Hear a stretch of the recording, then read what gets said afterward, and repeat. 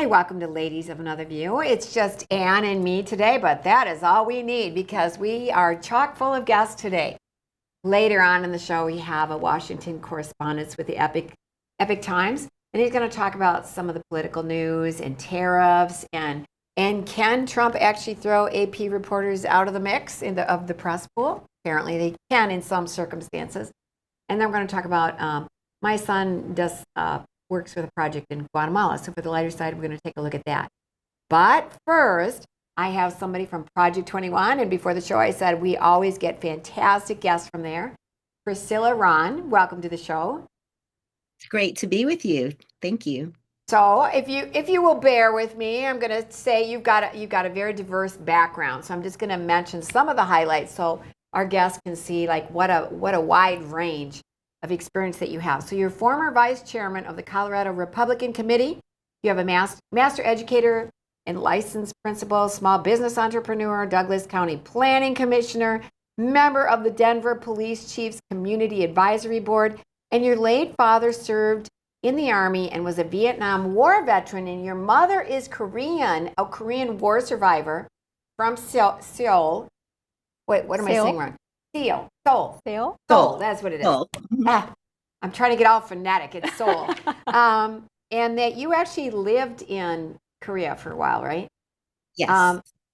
And you are here today to represent Project 21, which is a conservative group connected with the National Center for Public Policy Research. And we're going to start by talking about what is going on. And this has been a topic. We're into 5 years, and we've been watching on the whole equity stuff, division, and watching how our country became more divided, not less.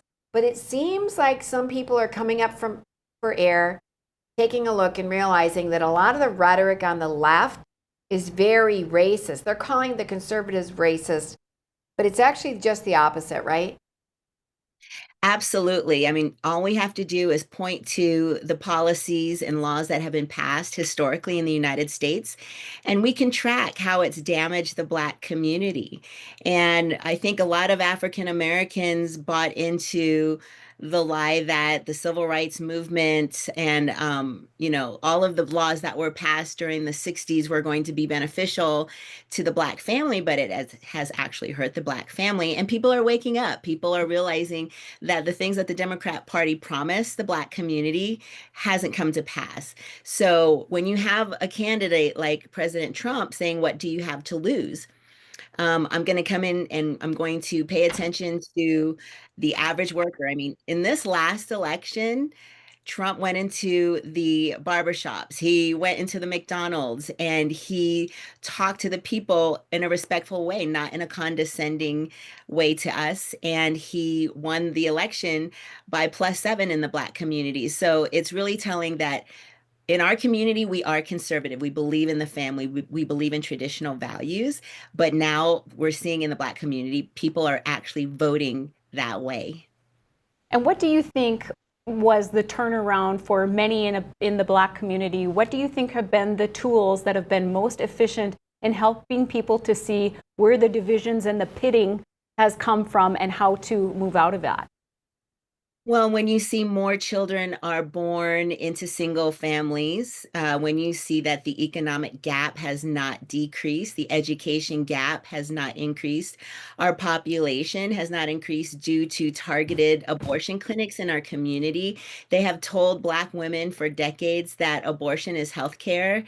And those are the types of things that we see. But during Trump's first administration, Black female-owned businesses increased. He actually made sure that he codified funding for HBCUs, which are historically Black colleges and universities, and people were better off. And when Biden came into the picture, inflation just grew and the borders became unsafe. I mean, millions of people came through the borders unchecked.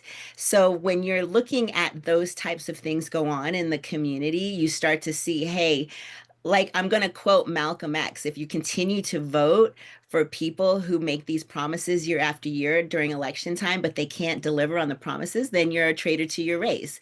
You're a political chump. And we know these quotes in the Black community, but now it's actually come to life that the Black community is actually starting to vote for someone different like President Trump. Well, Priscilla, there has never been a president. I'm not young, and I've never seen a campaign where a candidate was more often called racist, constantly called racist. And yet, what's the result? You had record numbers of blacks voting for this guy who's being called a racist.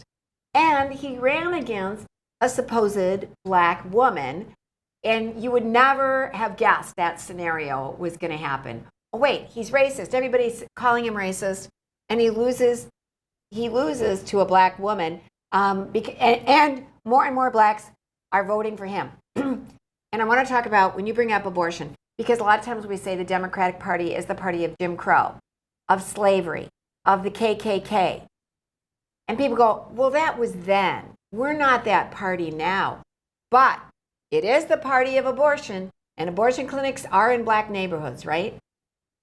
Absolutely, targeted in specific places like near high schools in the city schools. So they're definitely targeting us. And we have statistics that show that more Black babies in certain areas are aborted than there actually are born. So that's a problem. But racism has many forms. I think in the Black community, we're really sick and tired of the race wars.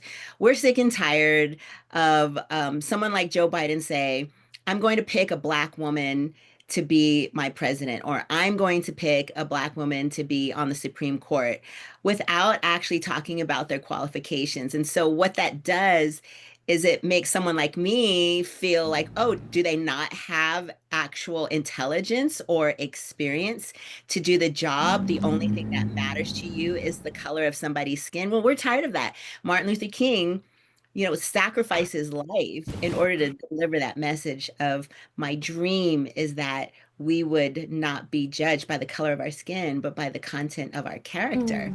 But the left has forgotten about that. And a lot of times they don't even quote that. You won't hear Democrats quoting that because that would mean they'd have to be accountable to that.